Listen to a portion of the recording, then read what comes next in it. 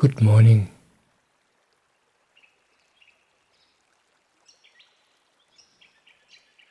This morning I want to talk about something impossible. I want to talk about how it is to meet God. And I mean a real meeting. I'm not talking about something abstract. I met God last weekend. I want to talk about the subject on two levels. The one level is what I experienced last weekend. I have a guru, my guru Swamiji. His name is Shiv Krupanand Swami. And he was in Germany. And last weekend on Sunday morning, I met him. Together with 350 other people, we met Swamiji. And I want to talk about how it is to meet this God-like being. And I want to also talk about it on another level. I want to talk about how it is in general in life, how it is to meet God in your life, in your normal life.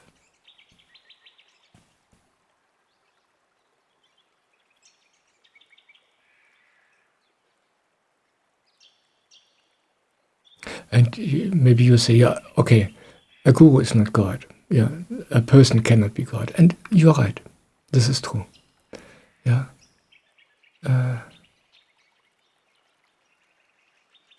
That what we call God is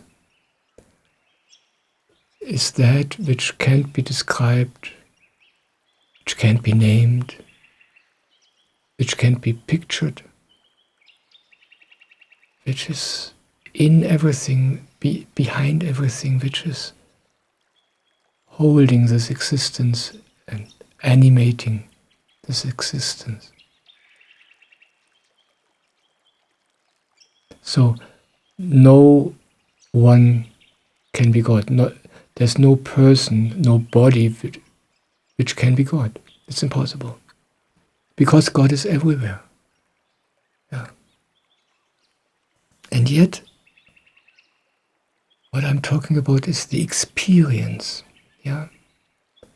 It's like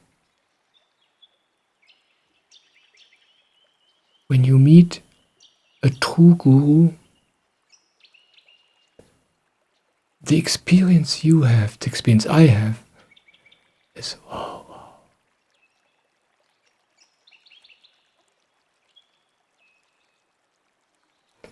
Before I attempt to describe this, I want to talk about a few videos I saw recently. I saw a few very, very interesting and touching videos about near-death experiences.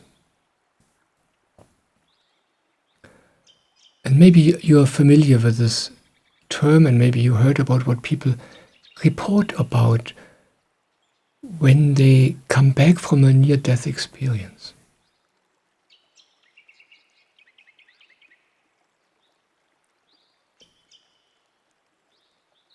And they usually happen when a person's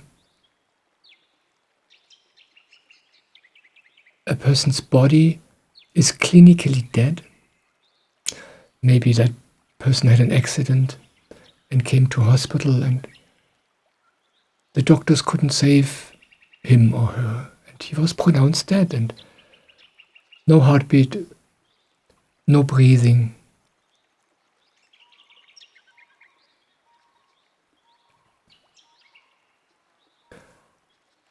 And sometimes, inexplainable, these bodies come back to life. And then, occasionally, the person describes about an experience they had during the time when the body was dead. And each of these reports is in a way different. It seems like every person experiences it in a slightly different way. But what strikes me is what they all have in common.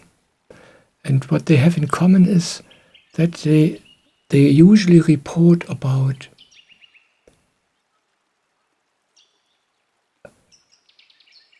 a complete absence of problems, just peace.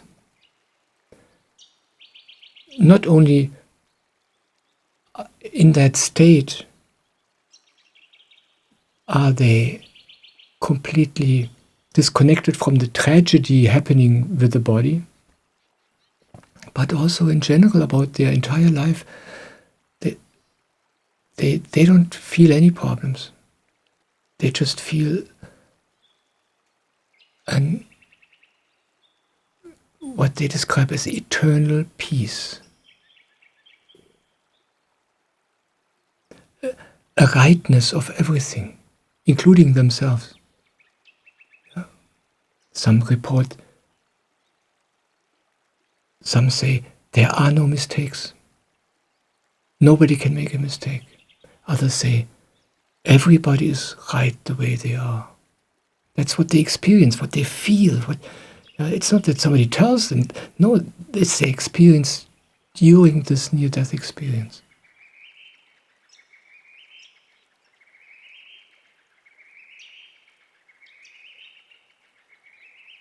And another common factor of most of these reports is the timelessness of things. They have no concept of time. There is no concept of time flowing.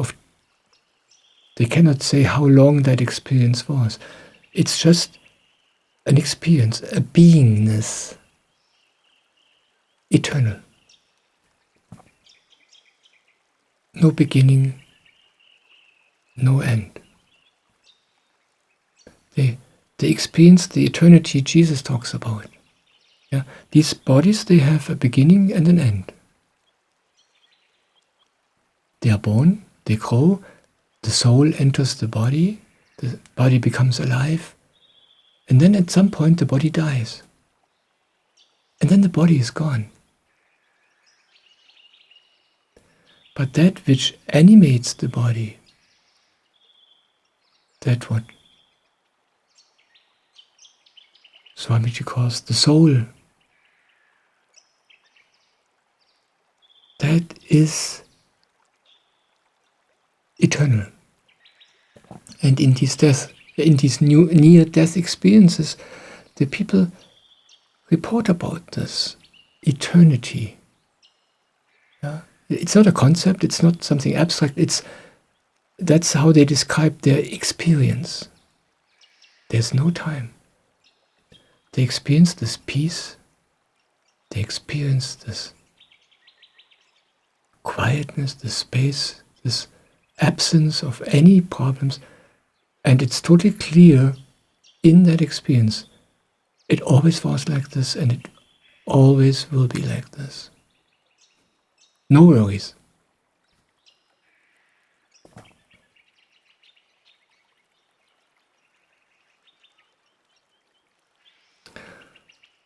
And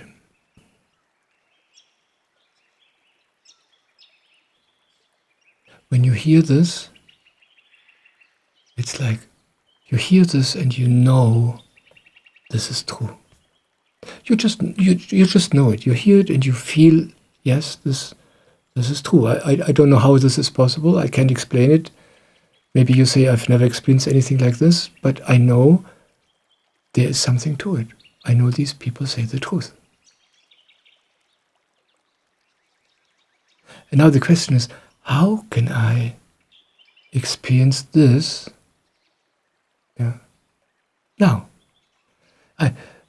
If you know my videos, you know I'm a very pragmatic guy. I'm not esoteric, I'm not spiritual. I'm a practical guy. I'm an engineer. I want to know, okay, how can I do it now? It's good to know, and maybe it's relaxing for some people to hear these reports and to know, okay, this is what's happening after life ends, so maybe I don't have to be so freaked out about it, but this is not enough for me. I want, if this is possible, I want to know how I can experience this. If this is real, I want to know. Yeah. There are some gurus, or actually, I think every true guru says this. They say, die while you're alive. And it sounds like a paradox. How can I be still alive when I died? But they point to this, what these people in the near-death experiences report.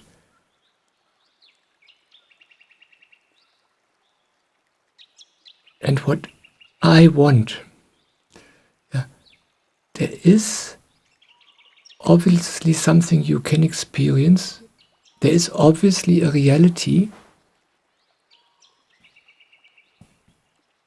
And I want this not when I'm dead. I want this not, I don't want to have a severe accident and a near-death experience to get a taste of this. I want this now. And this is what these gurus say. They say, have this experience while you are alive. Yeah. Die while you live. But what does this mean? It's what they talk about is, well, let's come back to this near-death experience. I like this example because it makes it so understandable. These people who have a near-death experience, their body died. For a while, the body was dead. And their soul had no place to be anymore. Yeah? Usually, we are totally identified with this body. We are totally identified with this. This is me, this body. Yeah? This is my nose, a little sunburned because I helped doing this event on the weekend with my guru, and the sun was shining and I forgot my hat.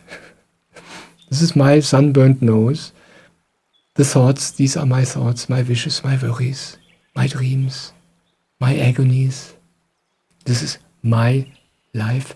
And with my life, we mean all this physical stuff, everything which is connected to this body. But then the body dies for a while, and the soul has to go somewhere. The soul has to leave the body. And that's what they report about. The soul is not attached to the body anymore.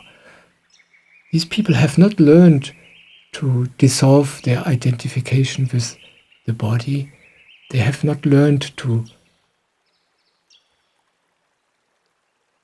not have an ego anymore, but they are forced out of it because the body dies. And then they experience heaven. They experience absolute peace. Everything is just fine. It was always fine, and it always will be like this. That's what they experience. Pure beingness, pure consciousness. Heaven. God. That's all the same. So, they experience something which is here, and they could experience it because for a short while, maybe half an hour, some of them a few hours, the body was dead. The body was uninhabitable. So they had to be forced out of their identification. And there it is, the peace. The eternal peace Jesus was talking about. Yeah, the kingdom of God Jesus was talking about. Moksha, the Indians call it moksha. Liberation. liberation from the identification with the body.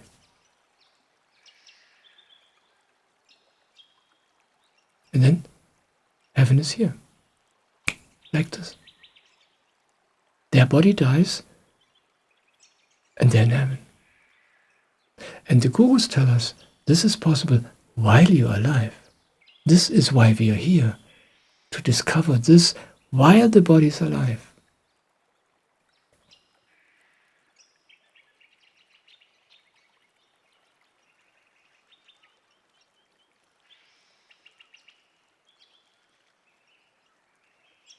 Yes, I wanted to talk about, I get sidetracked so easily, because this stuff is all so interesting and so exciting. I want to talk about how it was for me to meet God on the weekend. Yeah. So with this short prelude into near-death experiences, I want to tell you how it was for me. I mean, I'm with my Guru Swamiji since 6 years now. And this is not the first time I met him personally. But again and again, it's a surprise for me when I come really close to him, how this really is. The event was on Sunday morning, and I already traveled to the place where it was happening. It was at the place of meditation in Germany, near Frankfurt. This is the place where the European Center for the Samarpa meditation is being established. And I already traveled there on Friday to help with the preparations. I'm an engineer, I'm also a sound engineer, an audio engineer, and I helped with the audio equipment, setting all this up so people could understand and hear everything. And I love this work. So I went there on Friday. And when I arrived there, I already noticed strange things happening with me. I noticed there was this one moment where I thought, it's really difficult for me to think right now. Yeah, I wasn't even in front of Swamiji already. Swamiji was still a few kilometers away in the house where he was staying during this time. But his aura, his energy field is very, very vast. And I must have already been in his energy field, because it's like, I had to smile, because I found it really difficult to think and to find problems. And then I had the morning meditation in the next morning, on Saturday morning, and it was such a special meditation. It was so easy for me to meditate, so absolutely natural, much, much easier and much, much deeper than usual. And this was only because I was already closer to him than normal. The way I perceive it is as if I'm connected through my crown chakra to a space which is all around me. And I can usually sense the space also when I'm alone, also now when I'm here. But during that time it was so tangible, so clear, so normal. This was really special. I felt as if I'm walking through my Guru's aura.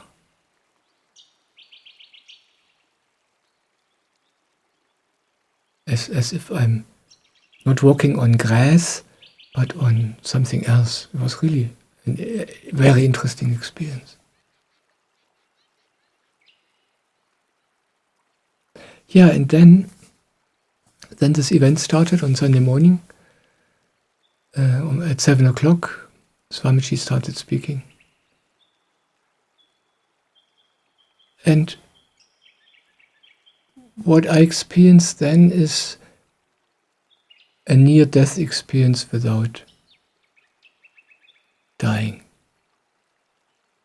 It's like I'm sitting there, Swamiji talks, it was translated into German, so people could understand it. And what he said was great, but I couldn't really listen to what he said because I just felt how I felt. I felt like these people report from their near-death experiences. I felt just peace. I felt such a profound, quiet space, all in me, all around me.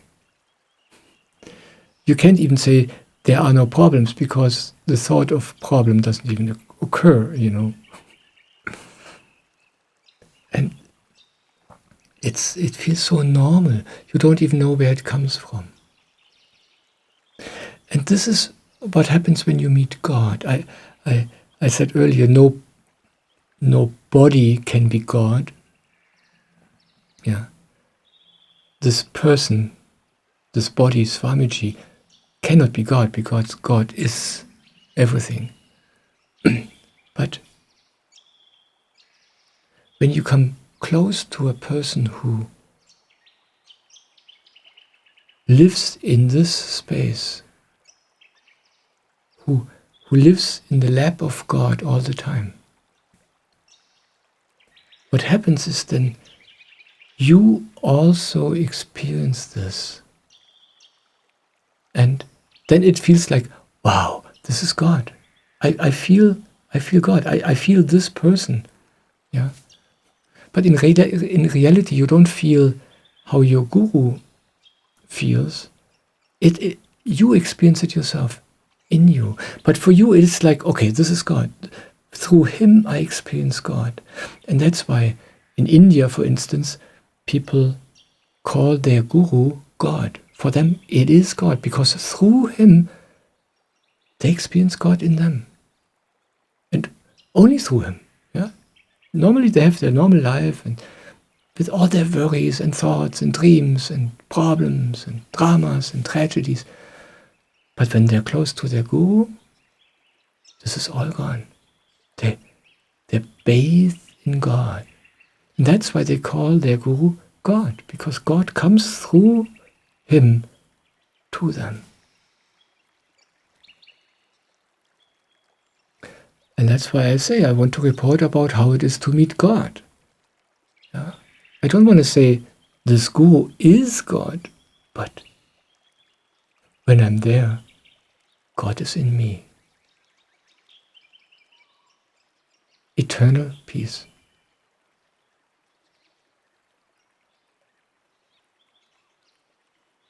And the striking thing is that what these near-death experiences talk about, it's so normal. It's not something grand and special. It's just suddenly you are in the space where peace, where quiet, where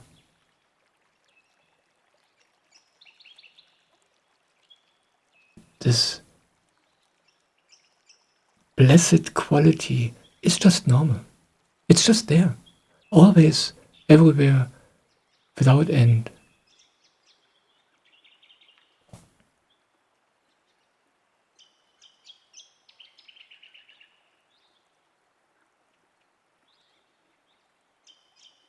And it's, maybe, I don't know whether my words make any sense. Probably not. These things cannot be transmitted with words. But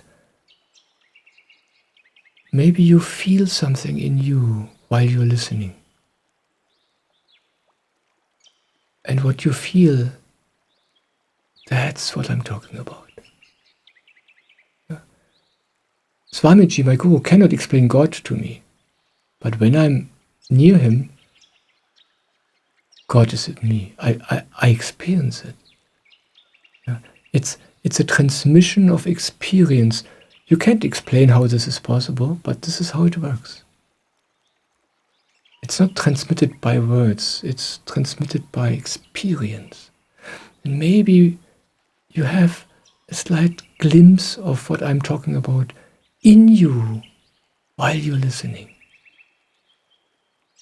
And that's the only way this can be made, understood, this can be transmitted by experience.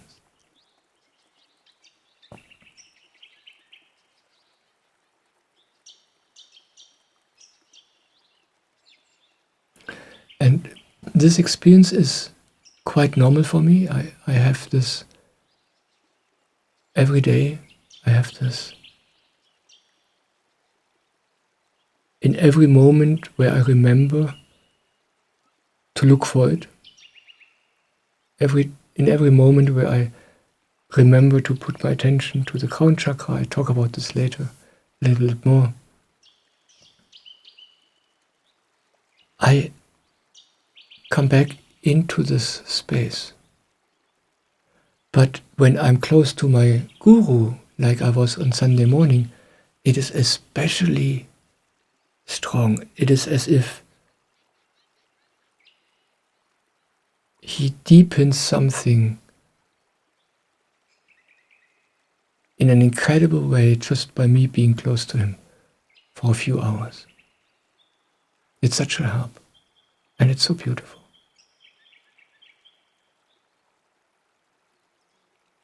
And it's nothing he's doing, it's not his words. He doesn't do any special ritual or anything. It happens all by itself, automatically. And then you experience it yourself.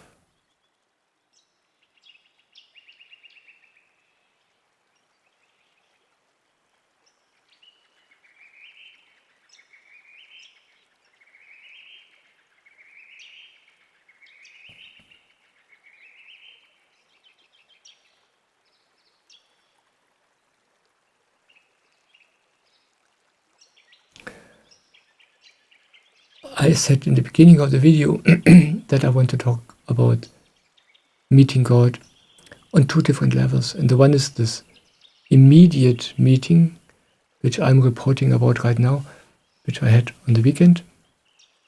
But naturally the question now is, okay, how can I have this all the time? I can't be close to my guru all the time. And most people don't even have a guru. Yeah. And most people don't even want a guru. So how is this possible?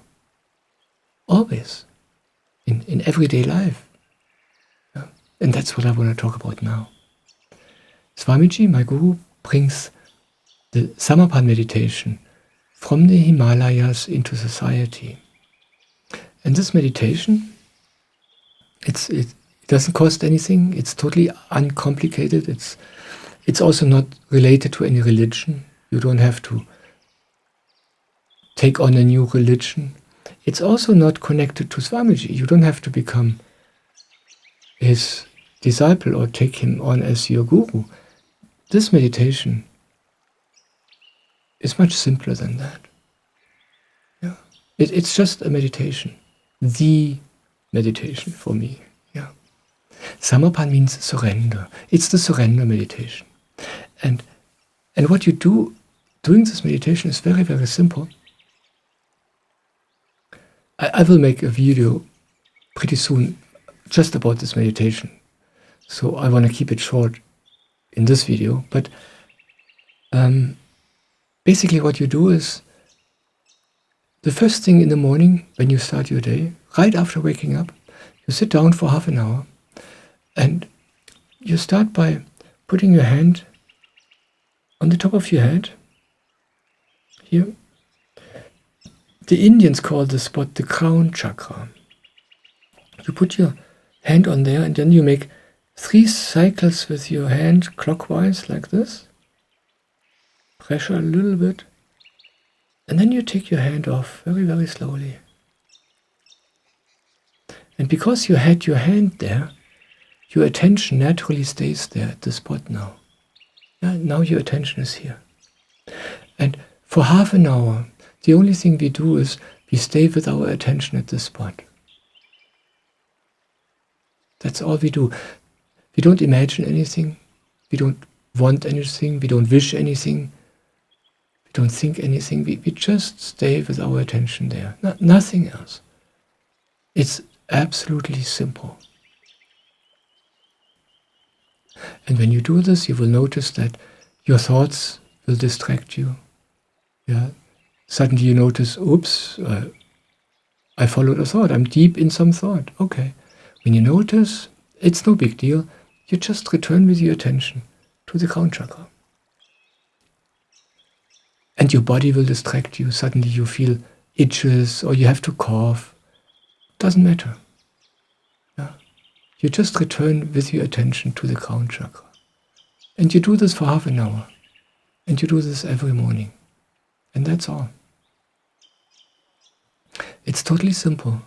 And yet, it is different than anything else you ever experienced before. And what happens is that when you rest with your attention here, on this spot, you will get a taste from what I was talking about just now when I met my guru. You will get a taste of what these people with their near-death experiences, what they report about. Maybe you experience it only for a brief moment because your thoughts are distracting you all the time and your body is distracting you all the time. But you will notice, and you can try this right now while you're listening to me, you can just go with your attention to your crown chakra. And you will notice that you will experience a kind of space there which usually you don't know. A quietness. A peace which is in a weird way not connected to anything in your life, which has no cause in your life. It's just there.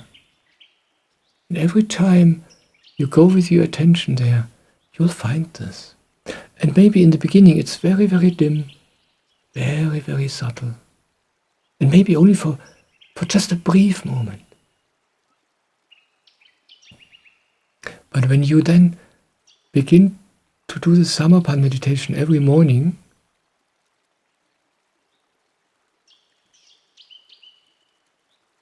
you begin to notice this more and more.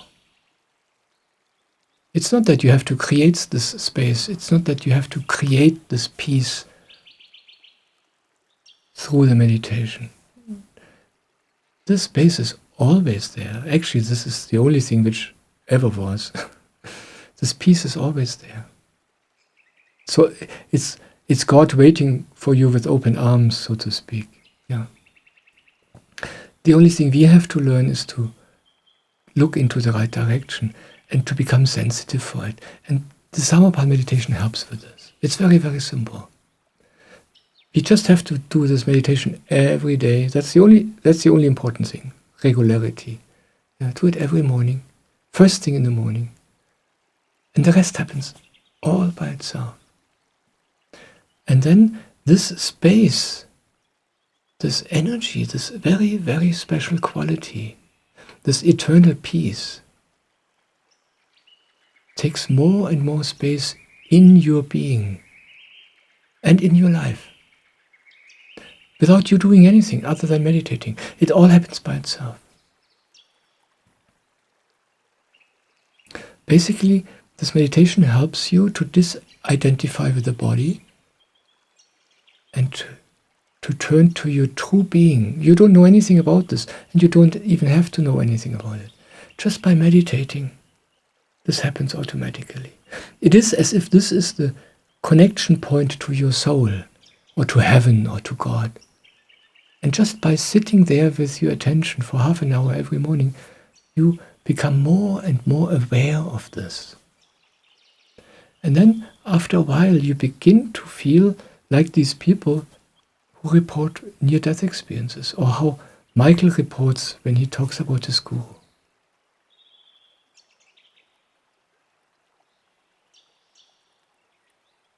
And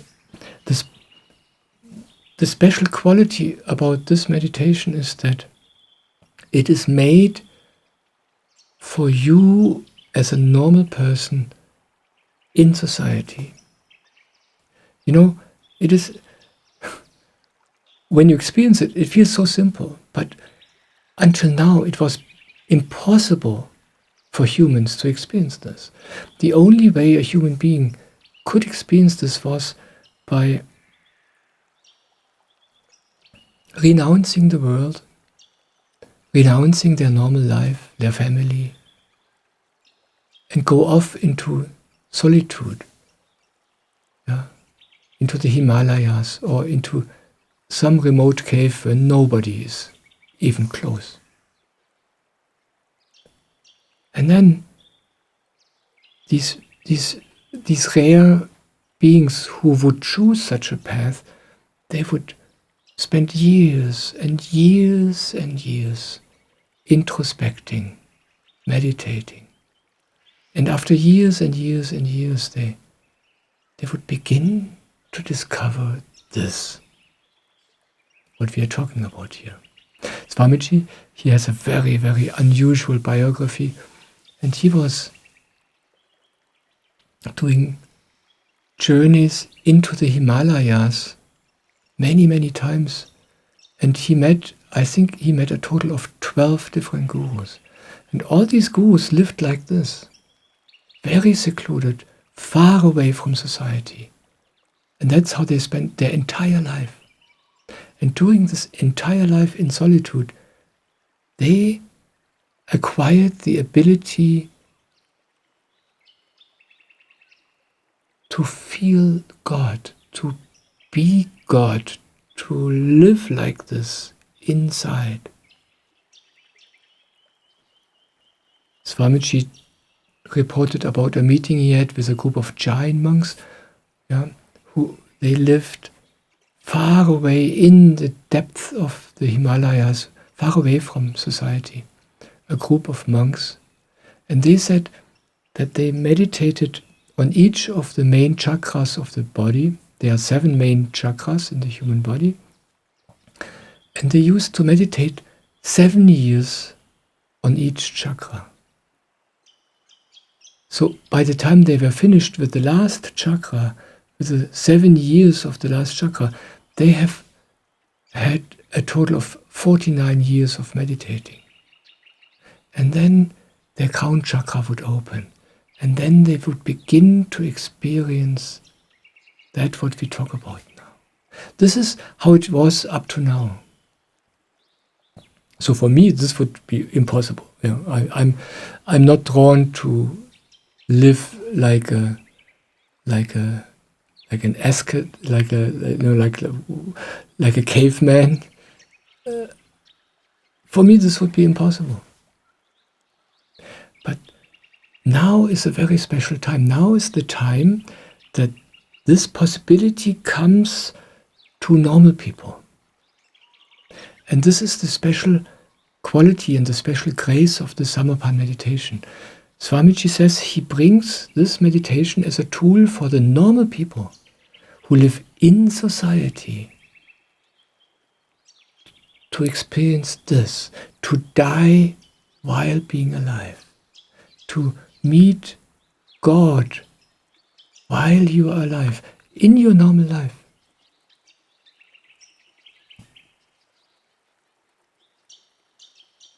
And this is new. This was never possible before. So when you do this meditation, which looks so simple, so unspecial, when you do this every morning for half an hour,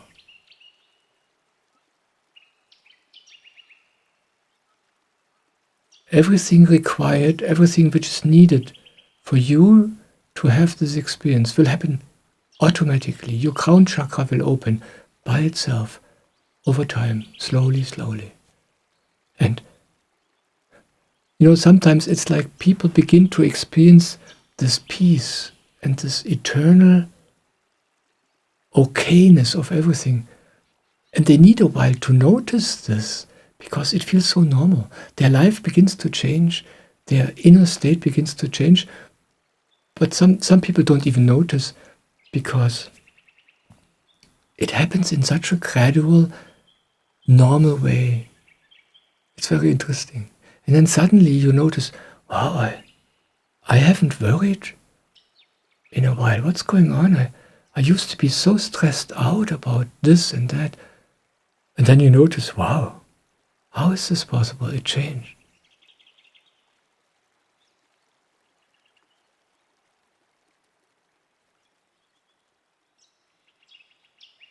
And through this meditation, this becomes your normal experience in your life. Yeah, you don't have to have a severe accident and that clinically dead body to experience this. You don't have to have an extraordinary life where you renounce the world. Now, during the time we live in right now, it's possible for you and for me, for us normal people. You don't even have to have a guru. Maybe, it could be that when you start this meditation, when you begin to experience these new things, it might happen that you just want to meet a guru. Or it just happens, these things you can't even decide, you can't want this, it just happens in your life. It could be, and then if it happens like this, naturally, by itself, then it's perfect for you. You just love it. Yeah. But you don't have to worry about it. You don't have to change your life in order to become worthy of heaven. You don't have to change your life to become holy and spiritual, and to become okay and acceptable for God. This is all not needed. You will become holy. You will become good and clean by itself. You don't have to worry about it. It all happens by itself through the meditation. This is my personal experience.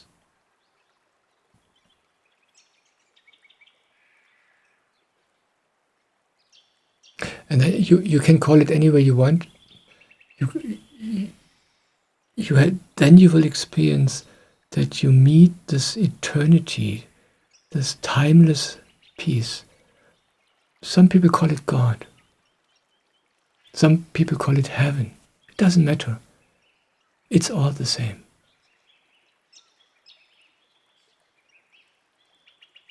And then you live and you rest in that space which is always there around you and which you will be also in when this body dies. Then you died while you are alive.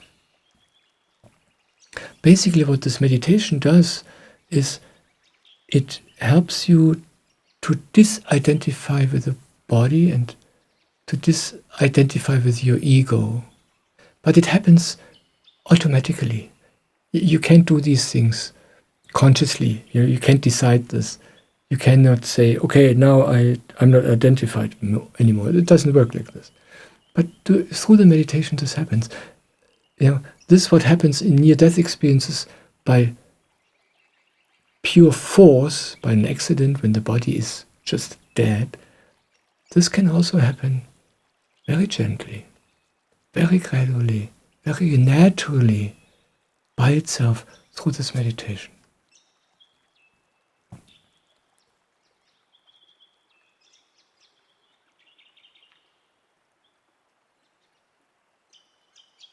Yeah, and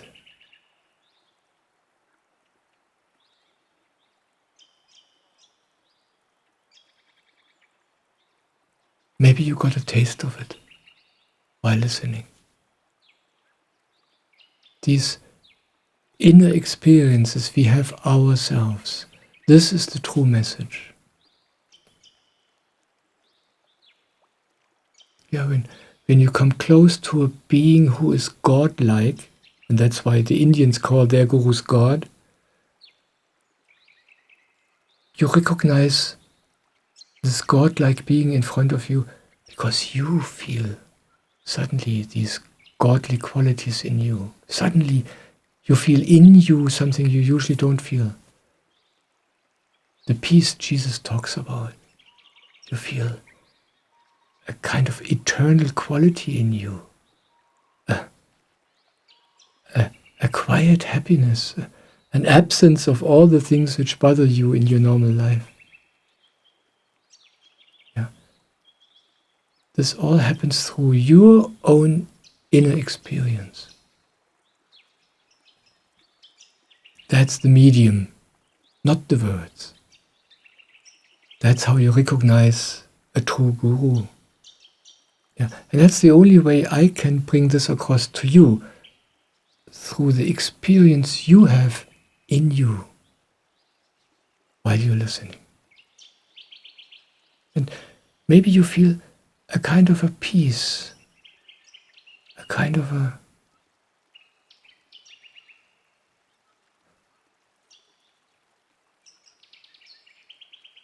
absence of your usual agony.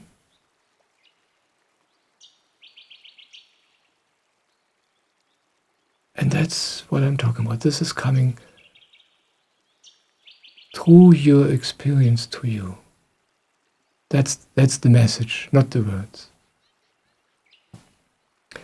And I tell you about how it is possible for you, so this becomes your own.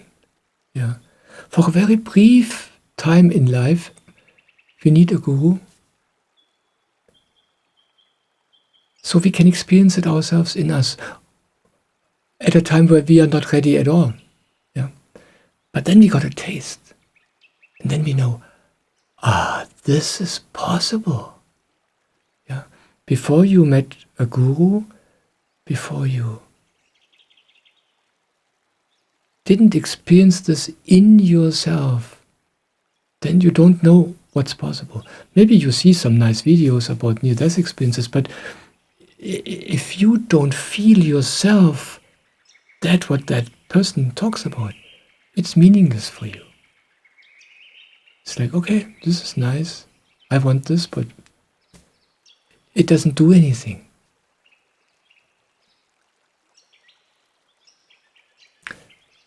We need a person who makes us have this experience in us,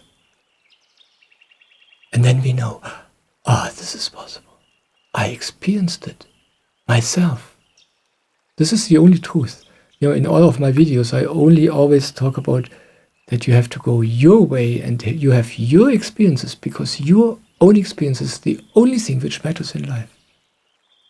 And when you come close to a guru, suddenly you experience this. Maybe for you it's through my humble videos. I'm not a guru, but maybe you experience something you usually don't experience. And then you know, this is possible. I experienced it myself.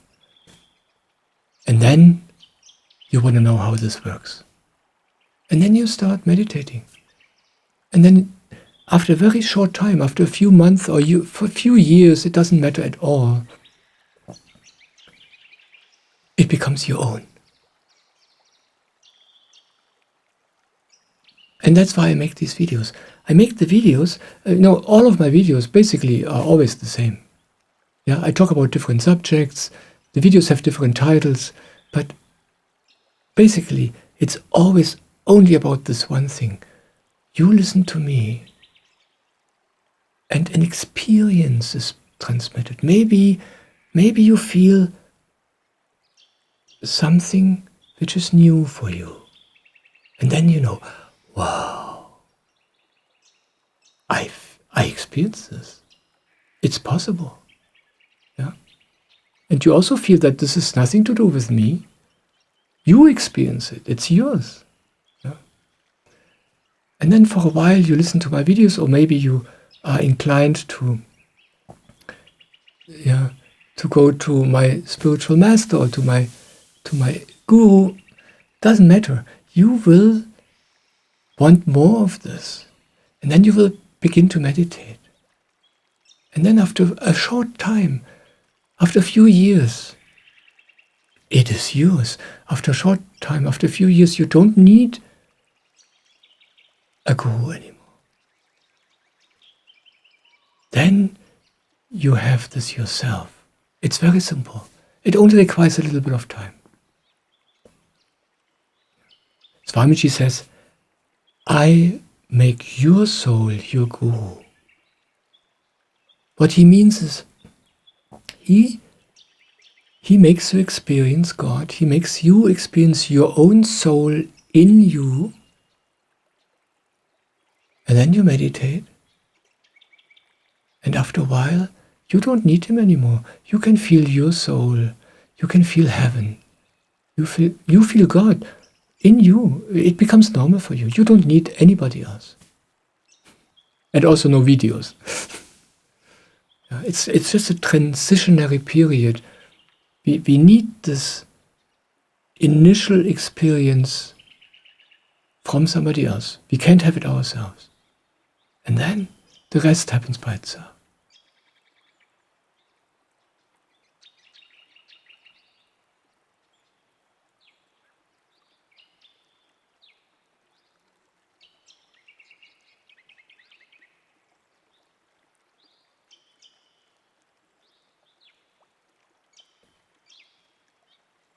Thank you for listening.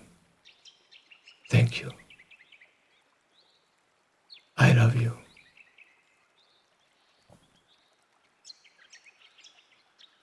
And this is also something these near-death experiences, they talk about, they just feel loved the way they are. Eternal love. They just feel loved. They don't have to change to be okay and worthy of love. They just feel love. That's why I tell you this. Yeah. You are loved. Now,